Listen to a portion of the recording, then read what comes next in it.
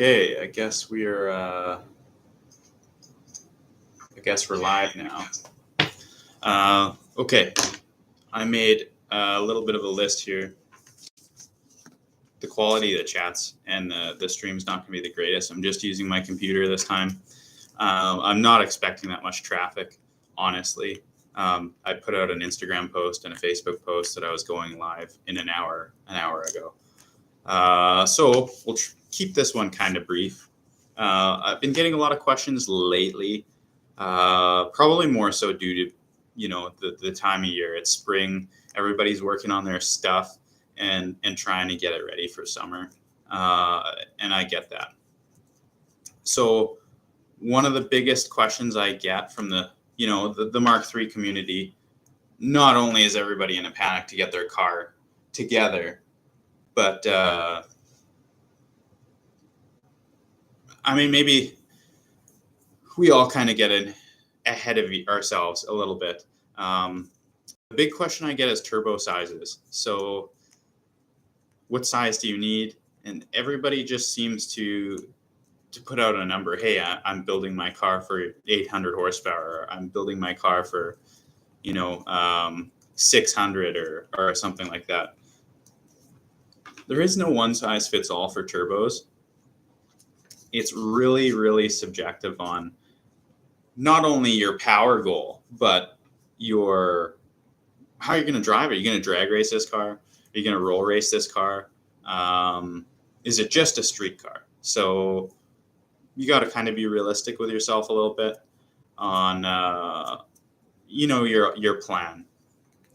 So the average street car, for all you guys putting together your 7Ms, even your 2JZs, NAT, 2JZ, 7M, NAT, whatever, the majority of street cars never going to need a 70 plus millimeter turbocharger. It just won't, unless you're actively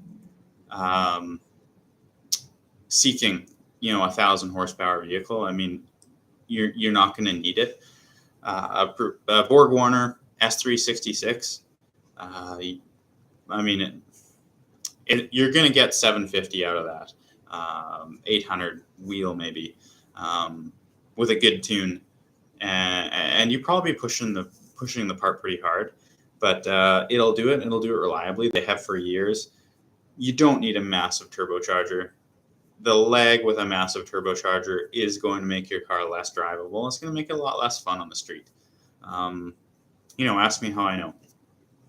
My old car would never see boost in first gear unless I was on the anti-lag first. It wasn't too fun.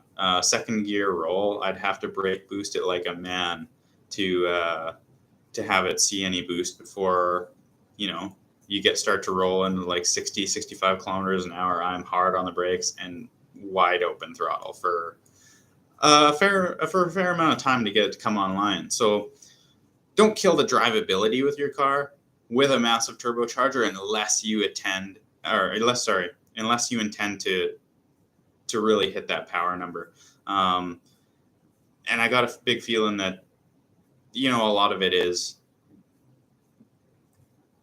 or am I currently looking for another A70? I am looking for another A70.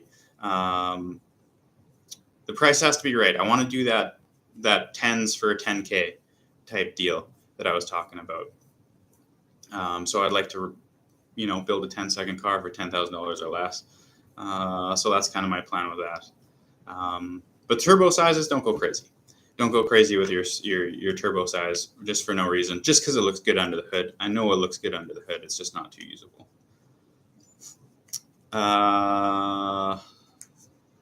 Yeah.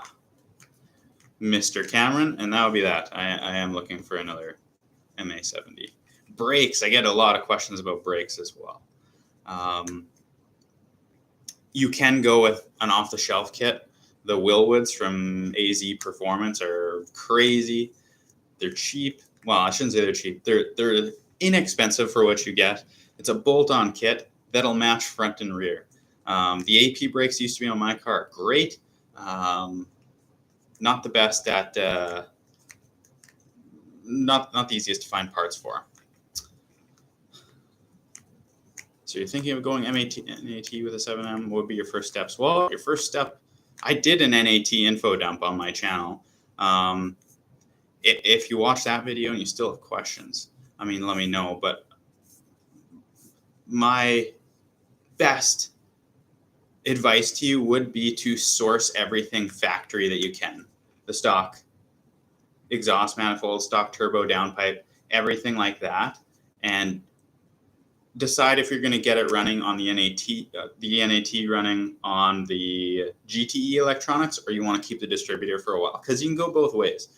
Really, to go NAT, you just need the hot side turbo components, your intercooler, and you can basically send it the way it is. Put some larger injectors in it, an SAFC to tune on the cheap, and you can have it running like that. The distributor will support it. Brakes. The Mercedes brakes I'm not a fan of, just because you're putting a Mercedes part on a Toyota. It just doesn't really jive with me. But the LS400 17-inch rotors and 4-pot calipers are cheap as well. You can sort out that kind of brake kit for your car on the cheap for sure. So I wanted to address turbos. I wanted to address the brakes. I've been getting a lot of questions about that lately. But yeah, I mean, I'm grateful for their questions. I have lots of answers. If you guys ever need, any unbiased advice on anything, just let me know. I'm not biased towards anything. I guess the next thing that I get a lot of questions about would be transmission. So yeah, your W58 is not going to last forever with an aggressive driver and 350 plus horsepower. The auto 350 is about the reliable limit. Guys have made 400 with a big transmission cooler, and just kind of not beating the thing to death. It's important to have good stuff before you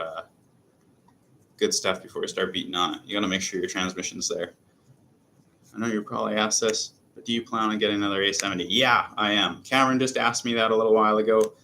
I'd like to buy one and build one with everybody, and we'll go step by step, and try to make a 10-second car for $10,000 or less.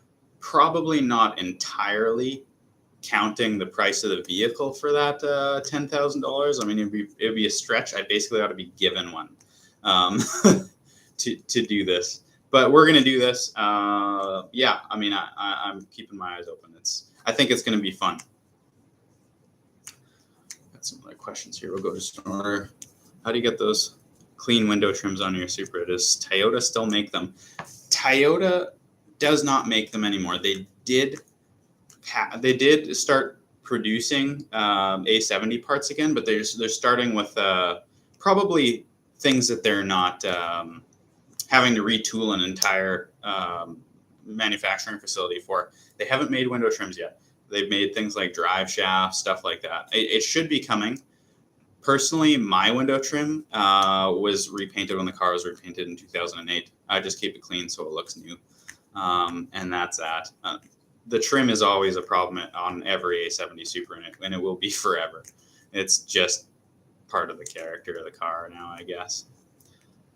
What do we got here? Would replacing the stock air intake be worse for emissions? Well, if you're in an emission state, it's important just to abide by the emissions laws.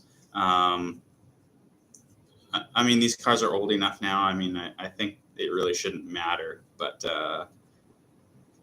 it does matter, unfortunately. And the feds want to regulate everything that they can regulate. So for emissions, I don't see that the air intake is going to be an issue. If you are in California, just make sure you got one of the carb sticker. It's horrible. It's a horrible situation for everybody. But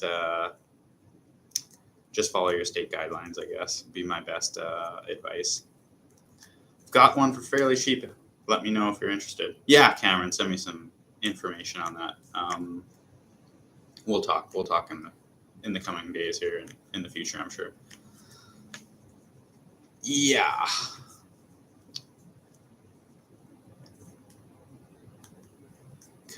because of you, I bought my MK3. Then I saw you sold it and got hella upset. Well, we're probably going to end up with another one sooner than later. It just is the way it is. I've had 10 of them, with the last one kind of being on the upper level of things. It's a massive maintenance game at the very top. Just running expenses are crazy.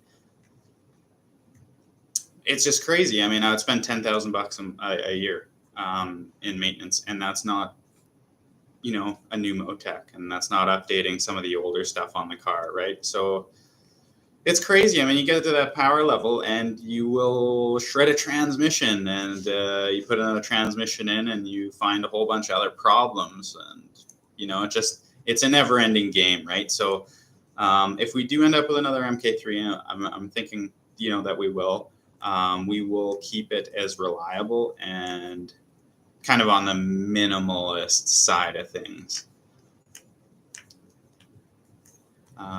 Infinity or ECU Master Black? I like both personally.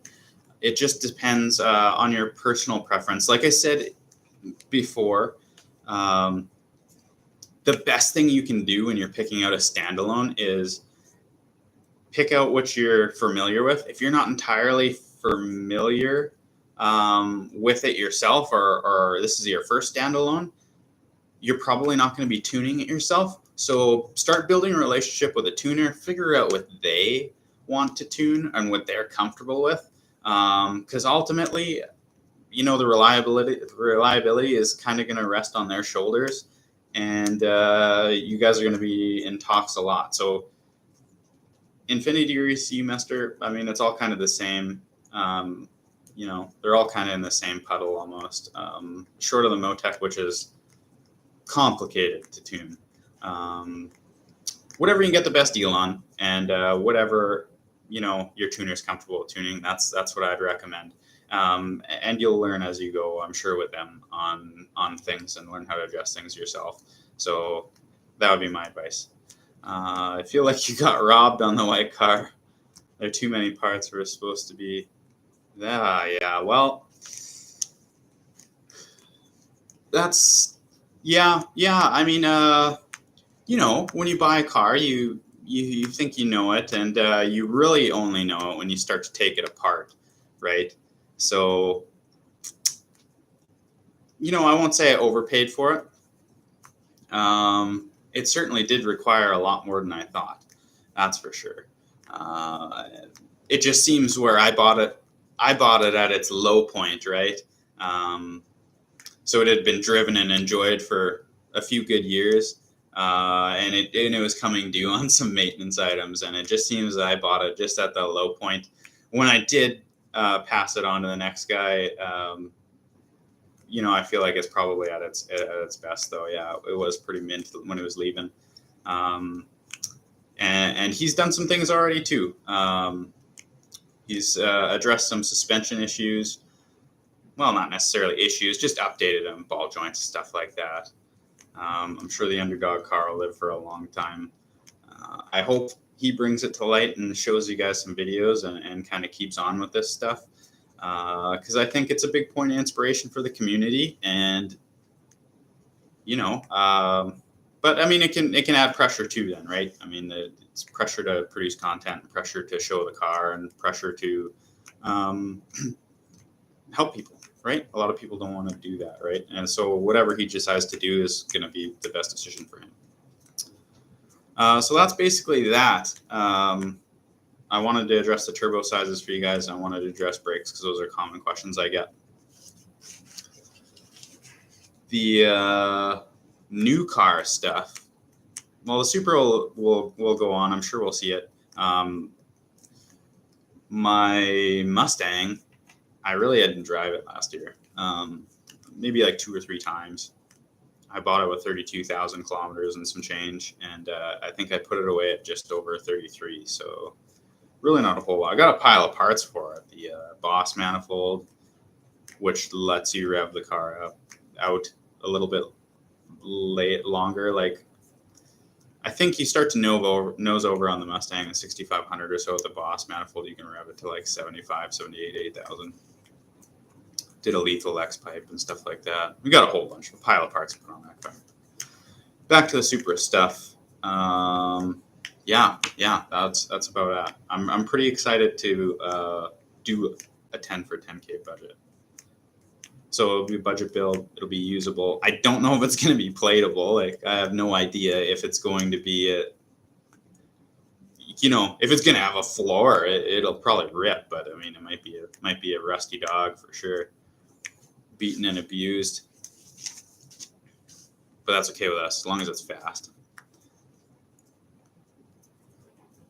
Big turbo. Yeah, probably. I've looked at some turbo solutions and stuff like that. I definitely won't be going positive displacement supercharger like a root style, and the centrifugal stuff. I don't know. It just isn't that for me either. So I mean, we probably will go turbo in the future. Yeah. I mean, my whole idea was right now not buy anything that I don't need, that I can just throw away when I do decide to go boost. So I'm kind of torn between the big single or a twin setup and use the factory exhaust and just keep it really, really stealthy. I mean, Hellion does make a kit for the my chassis, the 2014. Actually, I think 2011 to 2014, it works on all of them. So you can go with a 62 millimeter twins or a 67 and really make some juice. So we'll see. It could be cool, but it's probably like, it's $9,000 US. So for me in Canada, it's more like $13,000. So that's big money. I don't think I'll spend that this year on it. Maybe even not next year, but I do get bored of things pretty quick, so I do have to change them. Just offer anybody engine replacement. Do you think the B58 engine would work for an MK3? I think it'd be different. I have a buddy, a good friend of mine, Wayne, actually, he's crazy. He's like a mad scientist. He's putting an M5 active differential in the back of his MK3, and the I don't know how many gears or whatever the BMW transmission has, but yeah, DCT, like BMW transmission, and Motec's going to control the whole thing. It's a crazy idea, but it's crazy enough that it's cool. Like, to have that tunability and the strength and the transmission and so many gears that the car can constantly stay in its power band, and an active differential that you can tune is crazy. Yeah, active differential, like certain parameters, driving parameters, trigger it to lock both wheels and stuff like that. So if you were tuning the car, obviously for drag racing, you'd want it on all the time. But road racing or autocross, you kind of want to pick and choose when you want that, the both wheels to lock together. So, I mean, and to a variable degree, I'm not quite sure if it works that way, if it's that sophisticated, but it's a super cool idea. I can't wait to see it. He's also got some 405 millimeter brakes, it's huge brakes. Thing's going to have to run on 20s to just clear the brakes. So I'm excited to see that come together. It's a long-term project for him, but it's exciting nonetheless. It'll be done one day. Justice for all. Hello. I got a feel like we're gonna have some interrogating coming my way. Justice for all. Yeah, that's that. I mean, I had a pile of questions to get to here, but what transmission did you have in the Underdog? Factory R154. There was a Marlin crawler transmission in it. Actually, when I went to buy it, it blew up. So I bought the car with a blown up transmission. So, I mean, with that whole Marlin crawler, upgraded thrust washer, business, I mean, I really don't buy it. Triple synchro R154 and that thing from Aaron at Drift Motion for all of its life with me, and it was great. I didn't have any issue. I did have to get the shifter extension because the transmission is a little bit shorter, so it didn't quite work with the MK3. But got a billet one from Aaron as well for that, and it was a great transmission. I never had any issues. So your R154 will live. I mean, it just is what it is. You just can't drive it like, you know, a monkey all the time. And I like to be a monkey, and I'm hard on stuff. But that's me playing with my stuff, right? So I mean, you don't have to beat your car like crazy. I mean, I have no doubt the factory transmission will live for a long time, especially if you're under 700 wheel. Will you also be doing a step-by-step building on the videos in the UA70? Yes, we will. It's my intention to document everything. So when you find one, we'll do a video, we'll pick it up, show everybody kind of what we got, clean it up, make a plan from there, and kind of do that. I don't have a real need for it to be a street car. I'd just like to take it to some local events, some no prep events and stuff like that.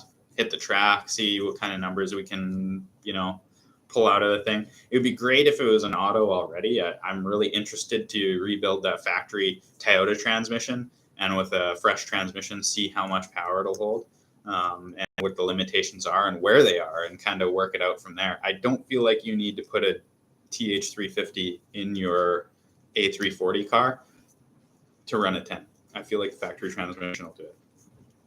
But we'll see. We'll see what we got. How do you make a 5MG handle big turbo reliably? Well, you know, my approach is kind of different. My approach is a little bit aggressive. I'd probably just figure out the power goal you want to go for. Set up your turbo setup, you know, around that power goal. Run it on low boost at first. So, you know, of course, do your fuel pump. You want, you know, fuel injectors that'll handle probably 200 to 300 horsepower more than you're making now, whatever that is. And an adjustable fuel pressure regulator. Of course, I'd replace the head gasket and get everything. Just make sure you have a healthy running car.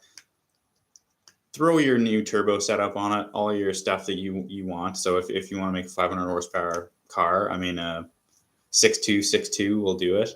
So just have it all ready to run super low boost. Run it on 5 or 6 pounds gate pressure, and you know, see what blows up first. And that's always it's as exciting as it is painful. But if you're going to pioneer something like that, and there's not a whole lot of information out there on it, you're just going to have to do it and, you know, see what you got. I mean, I have no doubt a 5M GE will support good power just like the 7M. I mean, maybe not that extreme, but I mean, I have no doubt you could make, you know, 350, 400 wheel out of a 5M with just some bolt-on stuff from the 7M and a bigger turbo probably. Supra Mania is back online. I saw there was a post on my Facebook showed up. Tons of information. MK3, MK4, MK2, the 5M stuff. Lots of information, lots of like step-by-step builds. Yeah, it's forms, so you got to like kind of work through it and read through it all. But the information's there. You could definitely do that. But to answer your question, big turbo reliability would be just. I was thinking of getting 5MGG forged internals for starts. Well, see, the 7M, I mean, they've made 700 plus on factory internals, and this 5M stuff isn't too far off. I don't think you need to go forged right away. I think you should probably set up your car for boost and then be ready with your forged stuff when the engine lets go. Metal head gasket for sure, ARP studs. Make sure your oiling system's up to par, and your transmission and everything like that's ready to hold the power. Because I mean, you know, it's probably not going to be too hard to make 350-ish, and you got a W58 behind that thing. You need to address your clutch and just look at overall transmission driveline health. But that'll be my recommendation anyway. Get your turbo stuff sorted, get your car ready for boost, and wait on the engine build until it dies. I mean, it's just the way it is. I mean, these parts fail, engines fail all the time. Just hopefully it does it at the end of summer or in the fall, so you have all winter to play with it and get it ready for next year.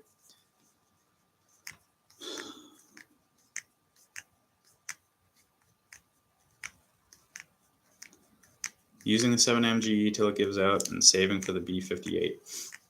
Well, yeah, I mean, I think that's cool. I have no idea what you use for transmission.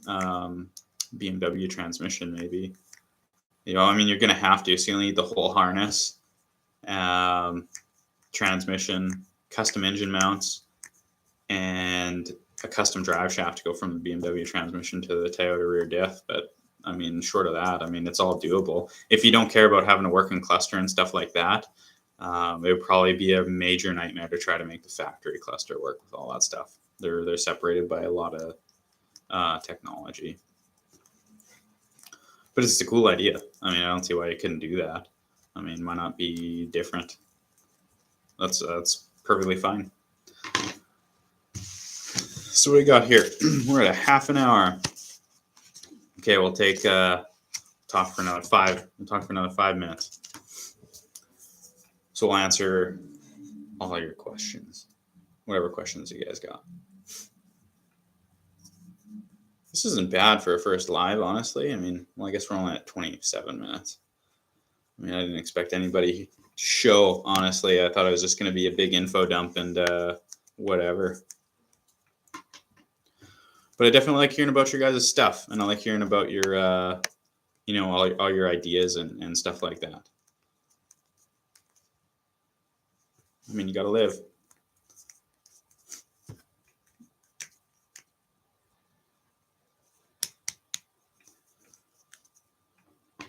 I guess I could info dump about some more stuff. Another issue would be your fueling, honestly, in that BMW swap. Like, I guess you just trigger your factory fuel pump, but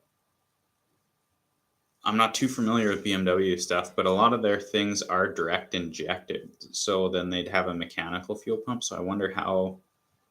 That's all witchcraft to me, honestly. I mean, I had a BMW 335 for a while, and I love the idea of the car, and I love the concept of having one that well, it was a 3-liter twin turbo or whatever, 6-speed. So I love the idea of having one. I just got scared at the reliability aspect of it, and especially me being so everything's Toyota for me. So you can fix it with bubble gum and a Band-Aid, and BMW stuff scares the crap out of me.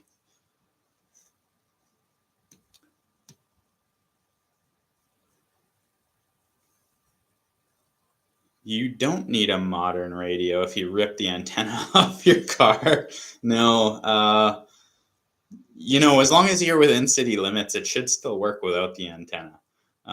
Most of my old MK3s, they didn't work anyway, so I ended up removing them, and I just used a rubber body plug about the size of a loonie to cap that hole off.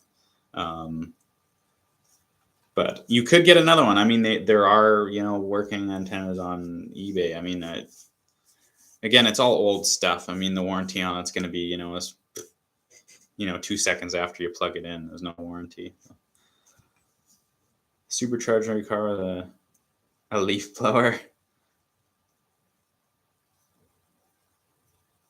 Wow. Well, you got to live.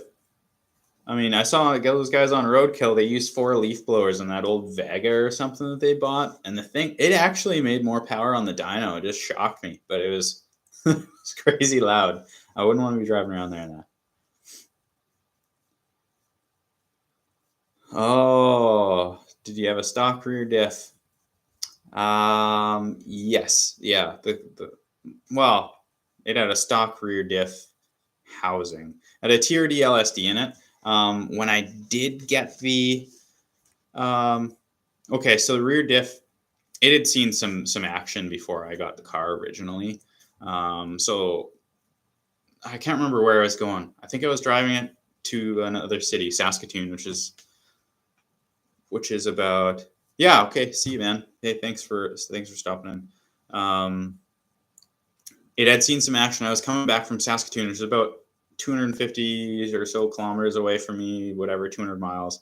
And the diff started howling like crazy. So I looked into it, whatever, when I got back, full of metal shavings. The ring gear and pinion were actually chipped from the shock, I guess, of just launching the car. So how you can kind of help yourself have your diff lived if you're leaving on anti-lag is kind of preload your drivetrain a little bit with like the handbrake up all the way if it's a stick car, right? If it's an auto car, you probably shouldn't be blowing diff. So I'm assuming it's a stick car. But preload your drivetrain or whatever. I hadn't had a problem after I had the diff redone. But that's one thing you got to learn the hard way is you got to launch these cars, you know, the right way, or otherwise you're going to break stuff. They're not made of Sylvester Stallone, so they do fatigue. Another thing would be gear ratio, right? I mean, the 355, or what did they come with even? 373, 391. Yeah, I don't know. If you had something crazy, some low gear in it, like a 355 from Tacoma, I don't know if it was a custom rear diff or whatever. I mean, they're more prone to break. I mean, there's a lot more stress when they're trying to roll. But yes, yeah, factory rear diff, I mean, it should live.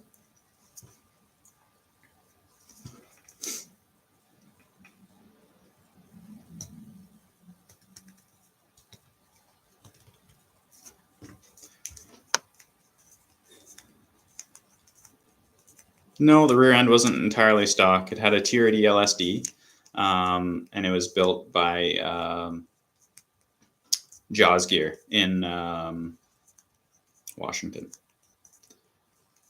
originally, and then it was redone here by myself and a buddy with questionable set of skills probably. But I mean, it had no problems. There was no whine, there was no howl, there was no problem, and I did beat on it to make sure it would live. And it lived.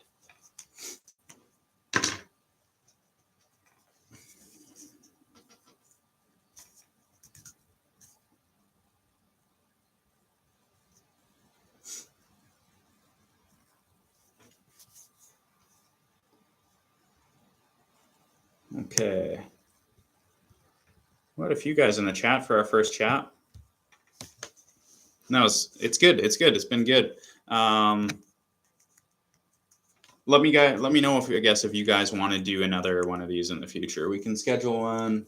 I don't know, maybe every couple weeks or something like that. Do I prefer the target top or the hard top? Personally, I like both. I'm a bit of a victim. But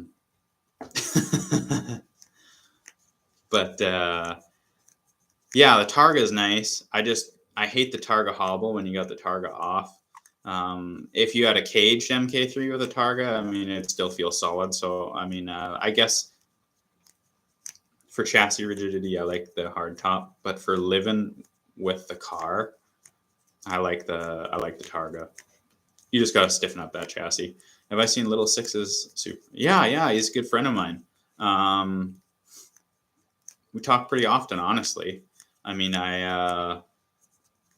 he's not crazy far from me. So, I mean, we talk, and I think we've, had a few good ideas from each other, and we kind of, we get along really well.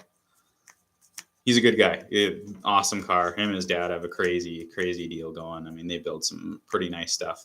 But he's got a new kid and stuff. So, I mean, it's, he's going to be struggling for time. And I feel for the guy. I don't have a kid, but, I would probably work too much. So, I mean, it feels somewhat the same. You're almost cheated with your time. Captain Honeybuns, what's up? I bought the Drift Motion Complete upgrade kit, going to install this year. Hopefully it'll hold then. Yeah, I mean, you should be fine. Just make sure you preload it. Like, if you're on the anti-lag at the track, just slip that clutch just a tiny bit so you can feel it with that handbrake up, and just drop the handbrake and slip out your clutch at the same time, and it should, mitigate some of the stress and that shock that was probably just killing that diff. Targa top. Yeah, Targa top. You know, you got to live. You know, if Paul Walker had it in Mark III, it would be a Targa top. So that's enough for me. One more question. What do you think 3-spoke wheels for the MK3? Well, you know, we had those old Volks back in the day that were 3-spoke and Advan Racing and stuff like that, that they actually ran on some of the cars in the Group A stuff. So, I mean, you know, if it's good enough for Group A, it's good enough for me. I mean, yeah, Targa brace. Targa braces do help. I remember back in the day, everybody was going on about the Targa braces on Supramania and Supra forums. Just crazy. But if I can put my arm up and, you know, I'm hitting these bars and there's something between me and like the air, I don't know, it just kills the theater of it kind of. I mean, I'm stubborn that way. I'd rather pull out my entire interior and seam weld my car or, you know, stitch weld my car than to add something in the way. Yeah, definitely be nicer in a clutch. You got to slip that. The second you drop that, oh, it's crazy stress. It's crazy. I can't believe you're blowing up diffs and not axles, honestly. Like, you should have lost a U-joint or a CV long before the diff. But I guess you just got some freakish axles, which isn't a bad thing. But unfortunately, you're paying the price with some diff replacement.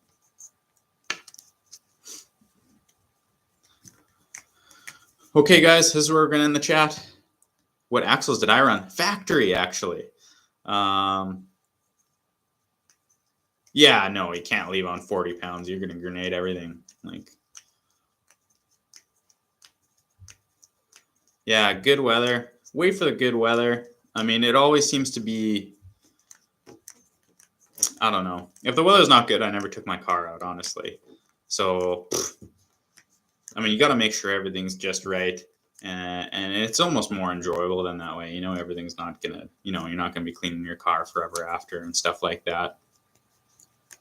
No, don't leave on 40 pounds. Probably leave on 4 pounds and whatever. On the anti-lag, I never left on more than 7 pounds on my car, and it would absolutely shred those ET Street Rs.